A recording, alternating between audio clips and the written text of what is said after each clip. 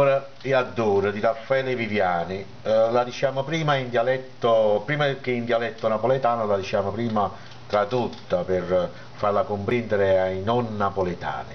Ombra e Addora vuol dire ombra e odore. Le 2 di notte il vico si è addormentato. Solo il fornaio è aperto ancora e nelle oscurità vedo delle ombre di faccia al muro che aggiustano il pane nelle mensole di legno, nei contenitori di legno. Un vecchio ha sentito, ha avvertito il caldo ed è entrato. Aveva freddo e stava seminudo. Padrone, mi posso riscaldare? Riscaldati. Giuro che mi ha preso il freddo, molto freddo, e stai alzato ancora, coricati. E dove mi corico, padrone? Per terra, e io muoio. Non c'hai casa? Niente, rispose il vecchio e si accostava. Il caldo del forno è un ristoro. 24 ore più che non mangiava e stette con i fornai insieme a loro in mezzo al pane fresco che odorava.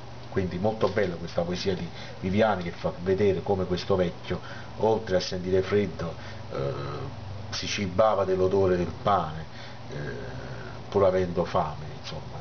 Molto bella, molto bella. Raffaele Viviani è il più grande autore del Novecento, insieme a Vincenzo Russo, della poesia napoletana.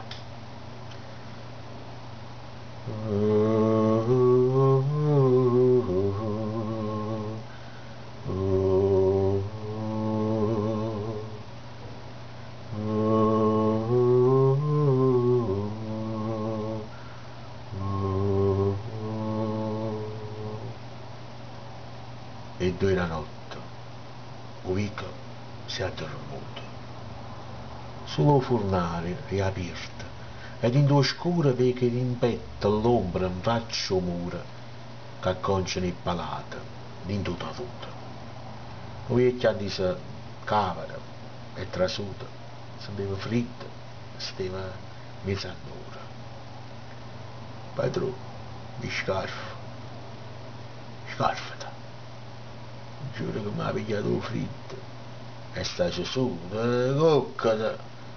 Io non cocca in terra, padrone, mi muore. Non tiene casa, niente. E si accostava. 24 ore più che non mangiava.